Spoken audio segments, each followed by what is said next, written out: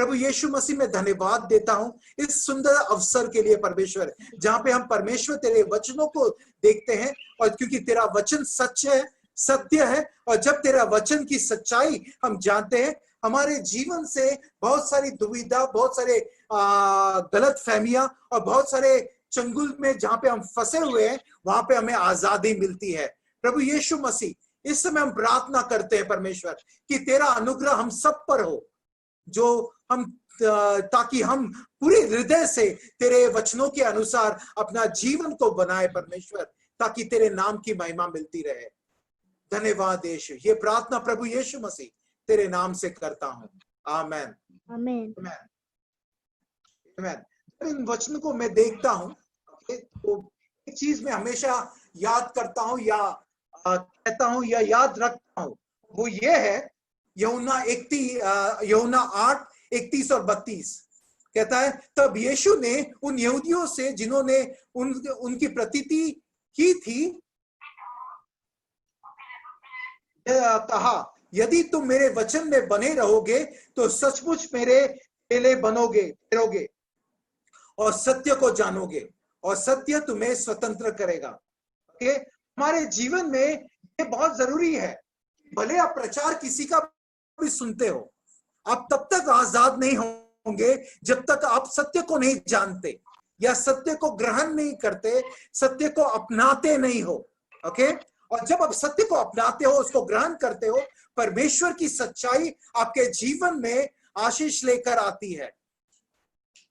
और बहुत जरूरी है कि हम उस सच्चाई को अपने जहन में लेकर आए, कि उसकी सच्चाई हमें स्वतंत्र करती है। हालेलुया। आज परमेश्वर के इन विषय को देखेंगे, एक है पवित्रता, दूसरा है पाप।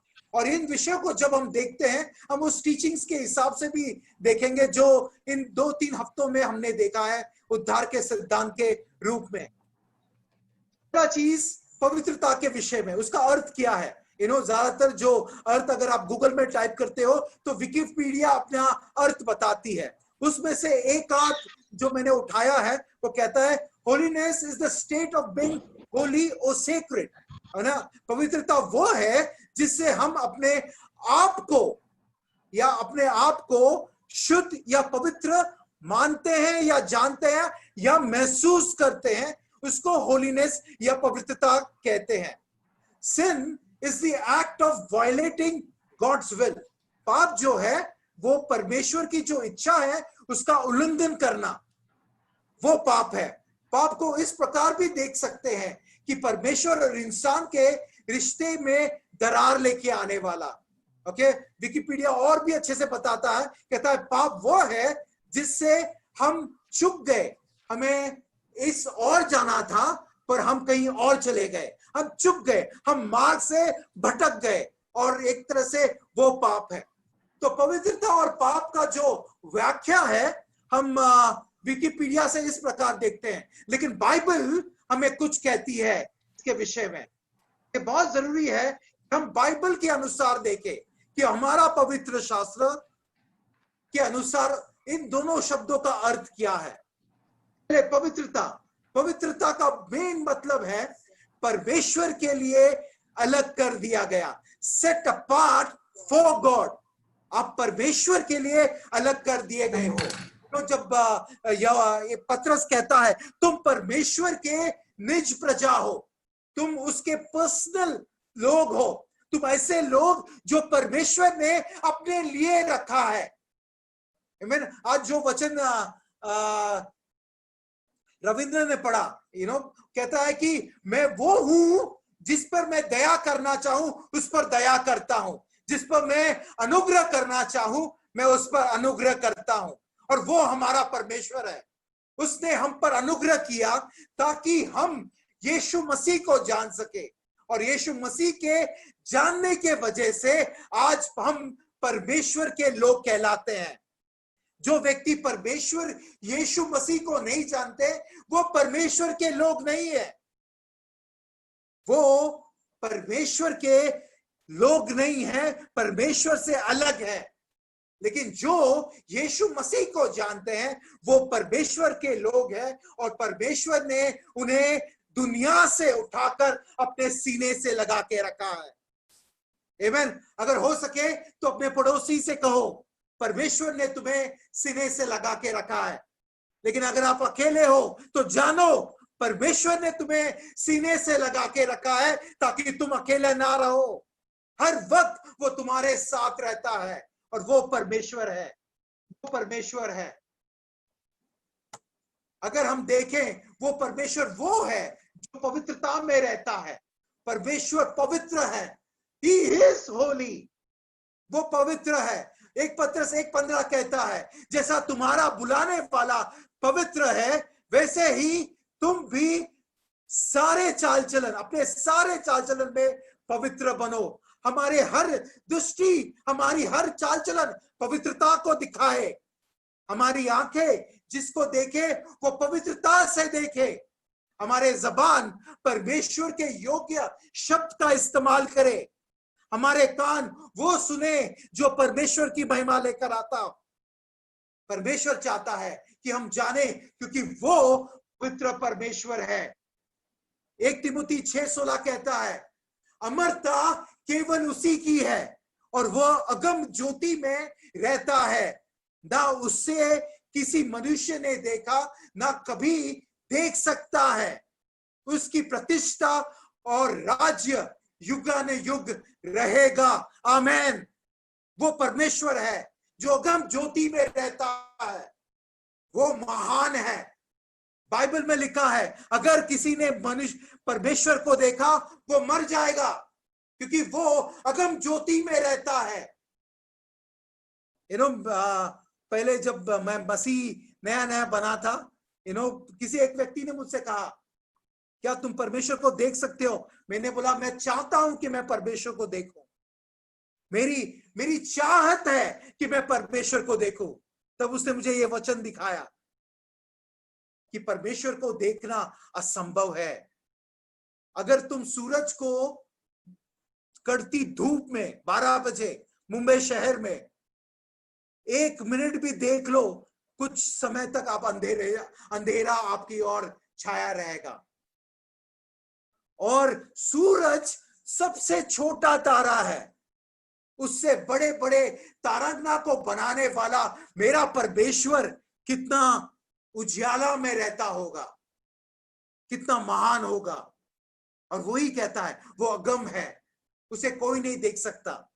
लेकिन मत्ती 5 में कहता है, जो मन के शुद्ध है वो परमेश्वर को देखेंगे। परमेश्वर ने मेरे जीवन में उसकी आत्मा को रखा है, और वो आत्मा मेरी इन आंखों से दिखाई नहीं देती, पर वो आत्मा मुझे उसके सामने रखता है, प्रस्तुत करता है, ताकि मैं उसे देख सकूं। और कहता है, धन्य है वे जिसके मन शुद्ध है, क्योंकि वे परमेश्वर को देखेंगे। हालेलुया। ये बहुत जरूरी है कि हम परमेश्वर को जाने की वो अगम ज्योति में रहता है, वो पवित्र है। हमें हमारा आनंद काल कम पड़ जाएगा परमेश्वर को जानने में, क्योंकि वो बहुत ज्यादा विशाल है। अगर आप में से कोई ज्ञानी है, 10 मिनट के लिए परमेश्वर की उपस्थिति में आइए और उसके बारे में सोचो, उसके बारे में पवित्रता के सोचो। उसके बाद आप 4-5 घंटे तक सो जाओगे, क्योंकि आपका दिमाग थक जाएगा, क्योंकि वो अगम है, वो महान है। हम लोग ट्रेनिंग सेंटर्स में हम लोग जब पढ़ाई करते थे, परमेश्वर के विषय की पढ़ाई करते थे, हम ज्यादातर समय आराधना में भी बिताते थे। क्यों? क्योंकि मैं दिमाग से नहीं, दिल से परमेश्वर के सामने रहना चाहता हूं, क्योंकि वो मिलता है हमें, और हमारा दिमाग उसको कैप्टिवेट नहीं कर सकता। वो हमारे दिमाग से बड़ा है, हम उसको सीमित नहीं कर सकते। वो अगम है, वो महान है, वो चौड़ा है, बड़ा है। पहला चीज मैं अपने आप को हमेशा याद दिलाता हूं, और आज मैं कलीसिया आप सबसे कहना चाहता हूं, एक चीज जो सबसे ज्यादा जरूरी है, परमेश्वर ने अपना नाम हमें दिया है। परमेश्वर का नाम सुनना आदर की बात है, एक आदर की बात है। आज परमेश्वर ने अपना नाम हमें दिया है, let your name be holy. परमेश्वर का नाम पवित्र माना जाए। मैं नहीं जानता था कि रविंद्र इस वचन को लेगा, लेकिन ये वचन बहुत ही जरूरी है जो शुरुआत में रविंद्र ने लिया। ये मूसा प्रार्थना करता है कि परमेश्वर मैं तुझे देखना चाहता हूं, और जब परमेश्वर कहता है कि कोई ऐसा मनुष्य नहीं जो मुझे देखे और जीवित रहे, मैं तुझे चट्टान की टेली पर रख दूंगा और मैं अपने हाथों से तुझे ढांप दूंगा, ऐसा ना हो कि तू मुझे देखे और मर जाए। मैं अपने हाथों से तुझे छुपा दूंगा और मेरी उपस्थिति तेरे सामने से गुजरेगी, और तब तू देखेगा, मेरी पीठ को देख पाएगा। और यहां पर वो कहता है, उस 19वें वचन में कहता है, प्रभु ने कहा मैं तेरे सम्मुख होकर चलते हुए तुझे सारी भलाई दिखाऊंगा और तेरे सम्मुख यहोवा नाम का प्रचार करूंगा, और जिस पर मैं अनुग्रह करना चाहूं उसी पर अनुग्रह करूंगा, और जिस पर दया करना चाहूं उस पर दया करूंगा। परमेश्वर है जिसने आपके जीवन पर यहोवा नाम का प्रचार किया, यीशुआ का प्रचार किया, यीशु मसीह का प्रचार किया। क्यों? क्योंकि उसके नाम को सुनना ही आदर की बात है। मैं रात को ज्यादातर आराधना करके या आराधना के गीत गाकर सोता हूं। एक ख्वाहिश है, ख्वाहिश ये भी है कि जब मैं उठूं, परमेश्वर तेरी आराधना में मैं उठ पाऊं, तेरी आराधना के साथ मेरी आंखें खुले परमेश्वर, और तुझे मैं अपने सम्मुख पाऊं, क्योंकि तेरा नाम धन्य है। और जो व्यक्ति परमेश्वर के नाम को ग्रहण करता है वो धन्य कहलाता है, वो धन्य कहलाता है। क्या लिए आदर की बात है, प्रभु की उपस्थिति में रहना आदर की बात है, परमेश्वर के सम्मुख में आना आदर की बात है। मूसा जब यरदन प्रदेश में था, वो परमेश्वर की बुलाहट नहीं सुना था, तब परमेश्वर उसके सामने आता है, उससे मिलता है। और आप इसका देख सकते हो निर्गमन 3:2-6 में परमेश्वर का दूत ने कहा, एक कटीली फीरी के बीच आग की लो में उसको दर्शन दिया, और उसने दृष्टि उठाकर देखा कि फाड़ी जल रही है पर भस्म नहीं होती। तब मूसा ने सोचा कि मैं उधर फिर के इस बड़े अचंभे को देखूंगा, और वह फाड़ी क्यों नहीं जल जाती। जब यहोवा ने देखा कि मूसा देखने को मुड़ा चला आता है, तब परमेश्वर ने फाड़ी के बीच से उसको पुकारा कि हे मूसा, हे मूसा। मूसा ने कहा, क्या आज्ञा है? उसने कहा, इधर पास मत आ और अपने पांव से जूतियों को उतार दे, क्योंकि इस स्थान पर तू खड़ा है वह पवित्र भूमि है। फिर उसने कहा, मैं तेरे पिता का परमेश्वर, अब्राहम का परमेश्वर, इसहाक का परमेश्वर और याकूब का परमेश्वर हूं। तब मूसा ने, जो परमेश्वर की ओर निहारने से डर रहा था, यह अपना मुंह ढांप लिया। मूसा ने अपना मुंह ढांप लिया और वो परमेश्वर की उपस्थिति में खड़ा था। परमेश्वर की उपस्थिति में आना या रहना आदर की बात है, आदर की बात है। आज शास्त्र कहता है हम सब परमेश्वर के चुने हुए लोग हैं, ताकि हम परमेश्वर की महिमा प्रकट कर सके। पर कहां पर? हम परमेश्वर की उपस्थिति में आकर। यीशु मसीह कुर्बानी इसलिए दी ताकि हम में परमेश्वर का राज्य आ सके, हम उसमें बढ़ सके।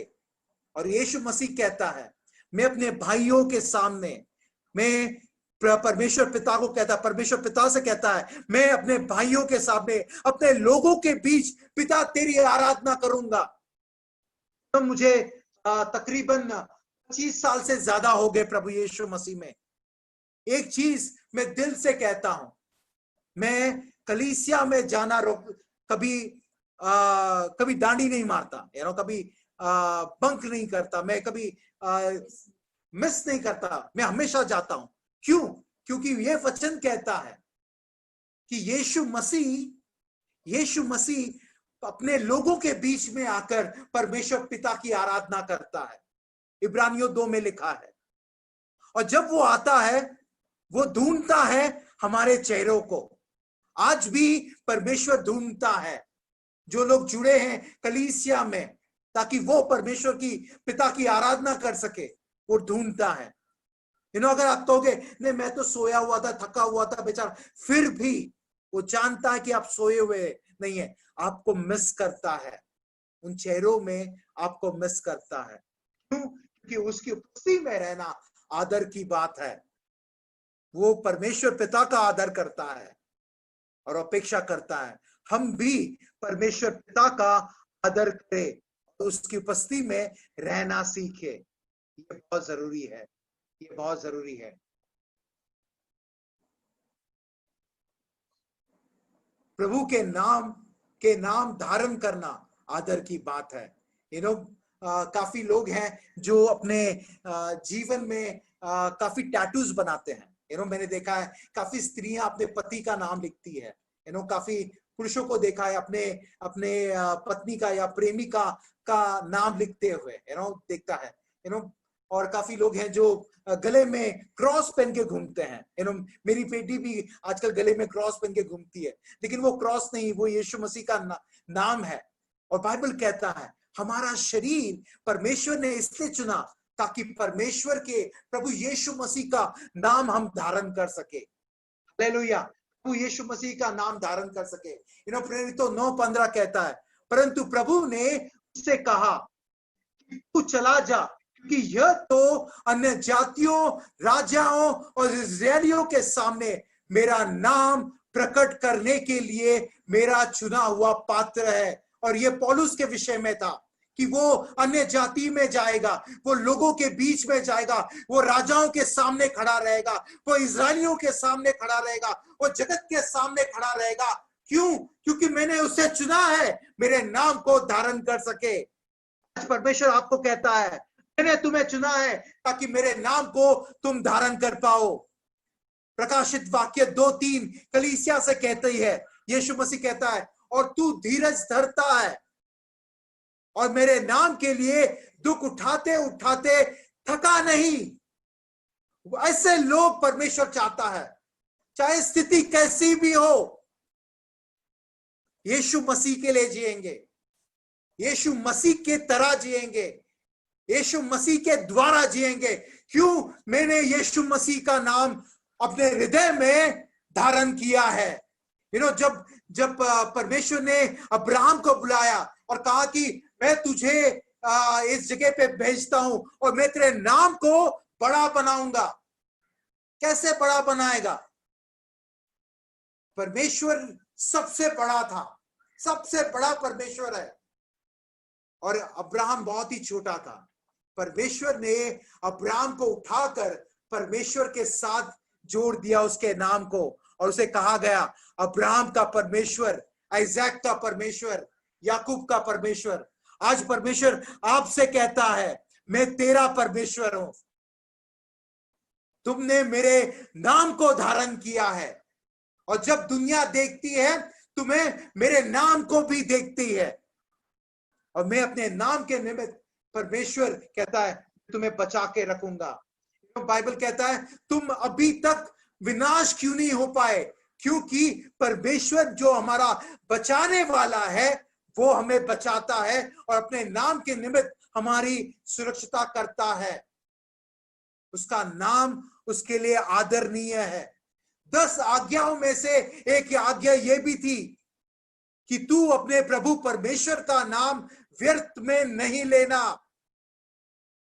ये आज्ञा थी और परमेश्वर चाहता है हम अपने जीवन में उसके नाम को हासिल करें।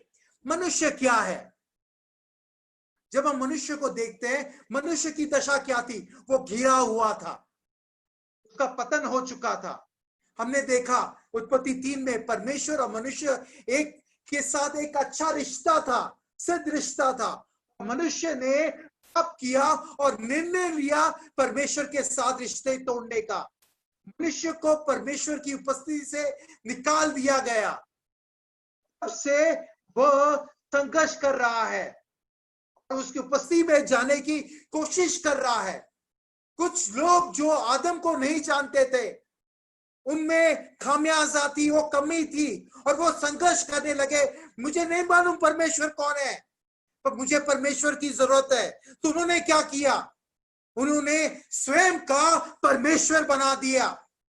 उसने सृष्टि की पूजा की, उसने निसर्ग की पूजा की, उसने तरागनों की पूजा की, उसने झाड़ों की पूजा की, उसने जो पशु है उनकी पूजा की, उसने जो सांप है, गाय है, बछड़े है, उनकी पूजा की। इतना ही नहीं, उन्होंने मनुष्य की पूजा करनी चाहिए। जो चीज उन्हें भाती थी उनकी पूजा करने लगे। जो लोगों को पैसा ज्यादा पसंद था वो पैसे के पुजारी बन गए। जो लोग गलत रिश्तों में अपना जीवन बिताते थे, गंदे रिश्ते में रहते थे, उन्होंने गंदे रिश्तों को अपना भगवान बना दिया। इतना ही नहीं, उन्होंने एक झूठ को अपना जीवन में डाल दिया, मेरा कर्म ही ऐसा है, ये मेरे पिछले जन्मों का पाप है। और उन्होंने गलत गलत कहानियों में अपना जीवन व्यतीत किया। क्यों? क्योंकि वो परमेश्वर को नहीं जानते थे और वे परमेश्वर से दूर थे, इसलिए पाप में बढ़ रहे थे और पाप उन पर हावी था। और परमेश्वर की दूरियां उसे काफी और दूर लेकर गई। वो पाप उन्हें और भी ज्यादा परमेश्वर से दूर रखा। परमेश्वर ने उपाय निकाला, वो था यीशु मसीह के द्वारा इस समस्या का समाधान वो लेकर आना चाहता था। उसने क्रूस पर यीशु मसीह को भेजा ताकि जो दरार है उसे भर दी जाए। पहला मनुष्य आदम अलौकिक रीति से धरती में आया, उसे मिट्टी से बनाया गया। उसको आने का जरिया मां का गर्भ नहीं था, वो पृथ्वी से आया। पृथ्वी के गर्भ से उसे बनाया गया, मिट्टी से उसे बनाया गया। आदम अनोखे रीति से बनाया गया। और जब यीशु मसीह आया, यीशु मसीह भी अनोखे रीति से आया। बाइबल कहता है, और मैं मानता हूं और ये जानता हूं कि वो कुंवारी के जरिए आया। यशायाह में लिखा गया है कि हमारे लिए तो एक बालक उत्पन्न हुआ और वो कुंवारी के जरिए पैदा हुआ। मरियम के जरिए, जो कुंवारी थी, उसके जरिए इस दुनिया में आया। आदम से पाप आया और मृत्यु ने मनुष्य जाति पर राज किया, पर यीशु के द्वारा आया पापों की क्षमा और अनंत जीवन।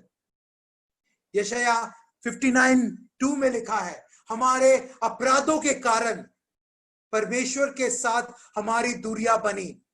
हमारे पाप के वजह से हमारी आवाज परमेश्वर तक नहीं पहुंचती। ये सच्चाई थी। ये सच्चाई थी कि परमेश्वर स्वयं भी अगर पापी की तरफ आना भी चाहे, हमारे पाप उसे दूर रखते थे।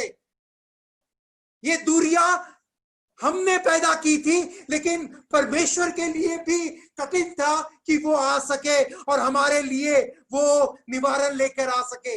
इसलिए उसने यीशु मसीह को भेजा। यीशु मसीह को भेजने का कारण यही था, क्योंकि यीशु मसीह परमेश्वर का हल था। कहता है इब्रानियों 10:5 और 7 में, यीशु मसीह स्वयं कहता है, इस कारण वह यानी यीशु मसीह जगत में आते समय कहता है कि बलिदान और भेंट तूने ना चाही, पर मेरे लिए एक देह तैयार किया। परमेश्वर यीशु मसीह कहता है पिता से कि तूने बलिदान नहीं चाहा, तूने भेड़ बकरियां नहीं चाही, पर एक देह तैयार किया। होम बलियों और पाप बलियों से तू प्रसन्न नहीं हुआ। तब मैंने कहा देख मैं आ गया हूं, मैं आ गया हूं। और पवित्र शास्त्र में इस विषय में लिखा हुआ है, ताकि हे परमेश्वर तेरी इच्छा पूरी हो। परमेश्वर की इच्छा थी कि परमेश्वर और मनुष्य का रिश्ता हो। मनुष्य तकलीफ में था, परमेश्वर चाहता था कि वहां से उनको छुड़ाया जा सके। वो प्यार करता था मनुष्य से, लेकिन पाप में वो सड़ रहे थे। और सड़ने से बचने के लिए एक ही उपाय था, और बाइबल कहता है यूहन्ना 3:16 में, परमेश्वर ने जगत से यानी हम सब से इतना प्यार किया कि उसने अपना एक लौता पुत्र भेजा, ताकि जो कोई भी उस पर विश्वास करे वो नाश ना हो पर अनंत जीवन पाए।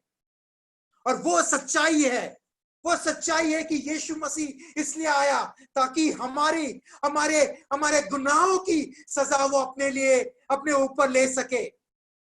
जो सजा हमारे अपराधों के कारण हमें मिलनी चाहिए थी, यीशु मसीह ने अपने ऊपर ले ली। इसलिए यीशु मसीह कहता है तूने एक शरीर तैयार किया। यूहन्ना बपतिस्मा दाता यीशु मसीह के विषय में कहता है, ये परमेश्वर का मेमना है जो सबके प्राण, जिसके सबके पापों के लिए बलि चढ़ेगा। ये परमेश्वर का मेमना है। यीशु मसीह परमेश्वर का मेमना था जो क्रूस पर हमारे खातिर बलिदान हुआ। उसका लहू हमारे खातिर बहाया गया ताकि हमें पापों से क्षमा और रोगों से मुक्ति मिल सके। अगर आपके जीवन में बीमारी ने जगा ली है, प्रार्थना करो, क्योंकि यीशु मसीह है जो क्रूस पर कुर्बान हुआ, और उसका लहू हमें रोगों से मुक्ति देता है, चाहे रोग कितने भी भयानक क्यों ना हो। यह परमेश्वर का हल था यीशु मसीह। कुलुस्सियों 1:20 और 21 कहता है, और उसके क्रूस पर बहे हुए लहू के द्वारा मेल मिलाप करके सब वस्तुओं का उसी के द्वारा, सब वस्तुओं का उसी के द्वारा से अपने साथ उस शरीर में अपने साथ मेल कर ले, चाहे वे पृथ्वी पर की हो चाहे स्वर्ग में की, चाहे पृथ्वी की हो चाहे स्वर्ग की। और उसने अब उसकी शारीरिक देह में मृत्यु के द्वारा तुम्हारा भी मेल कर लिया। जो पहले अकेले हुए थे, अब बुरे कामों के कारण मन के बैरी थे।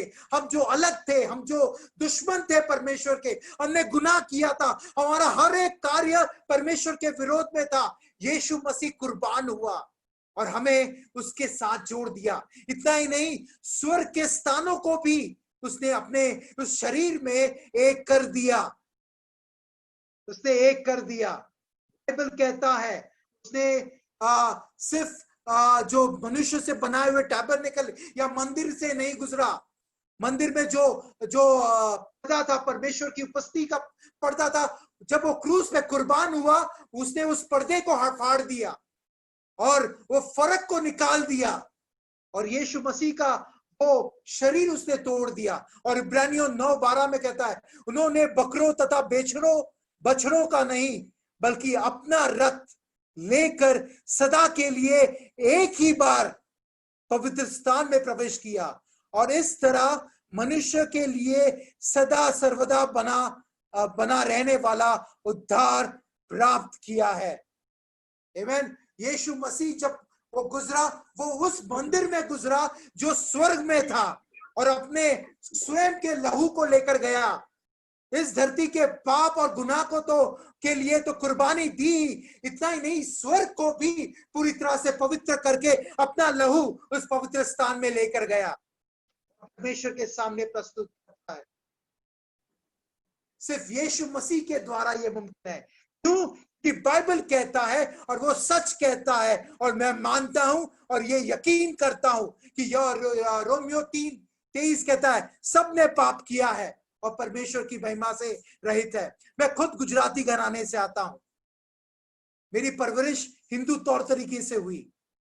मैं यीशु मसीह को चाहता था जिस प्रकार मैं अन्य भगवानों को चाहता था। मेरे लिए सब भगवान एक समान थे, लेकिन मैं जानता था कुछ तो कमी है। 4 दिसंबर 1994 को मेरा सामना यीशु मसीह के साथ हुआ और मैंने जाना कि परमेश्वर जिंदा है और वो अपने लोगों से मिलना चाहता है। और मैंने जाना कि हाँ, मैंने पाप किया है, मेरा गुनाह यह है कि मैं परमेश्वर के पास नहीं हूं, मैं परमेश्वर से अलग हूं, मैं परमेश्वर के साथ नहीं हूं। ये मेरा गुनाह था। मेरा फ्रेंड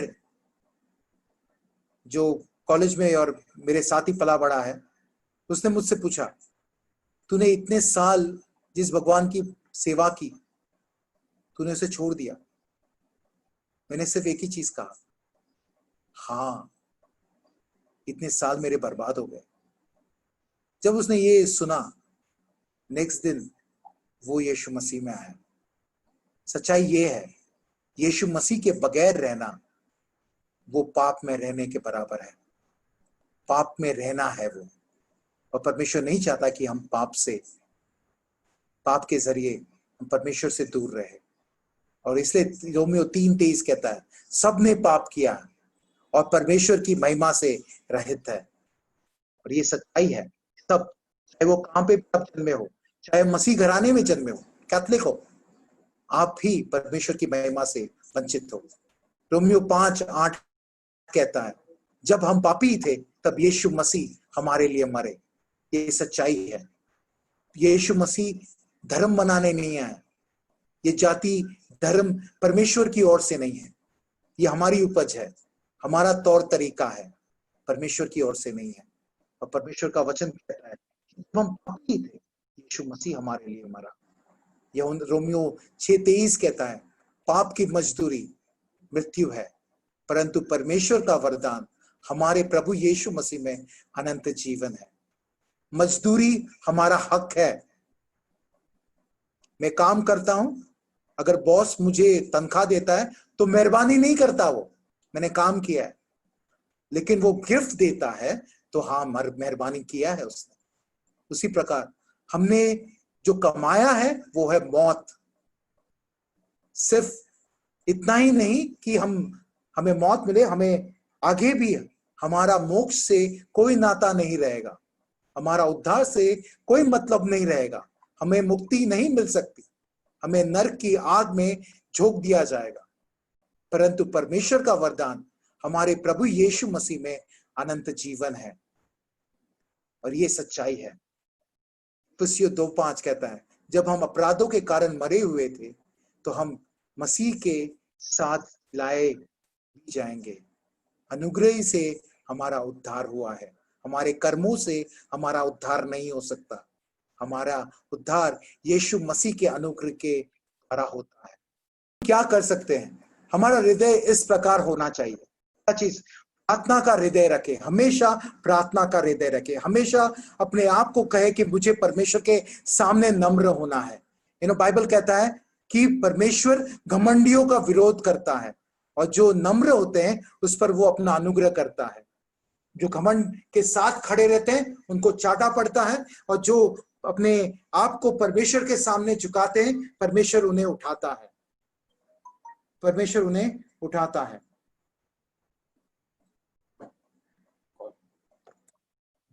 पाप को ना कहे जब उसकी सोच हमारे मन में आती है। कुरिन्थियों 10:13 हमेशा याद रखे कि परमेश्वर हमें कोई भी ऐसी परीक्षा या परिस्थिति में गिरने नहीं देगा जहां पर हम पाप कर बैठे।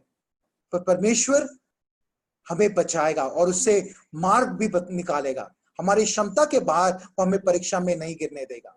तो हमेशा याद रखे,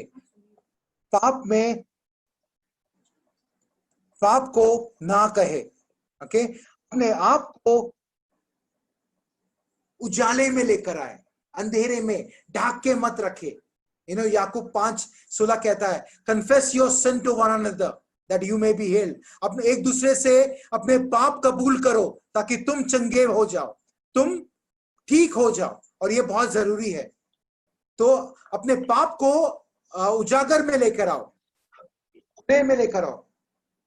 क्रूस के सामर्थ को समझो और जानो कि आज भी लोगों को छुड़ा रहा है।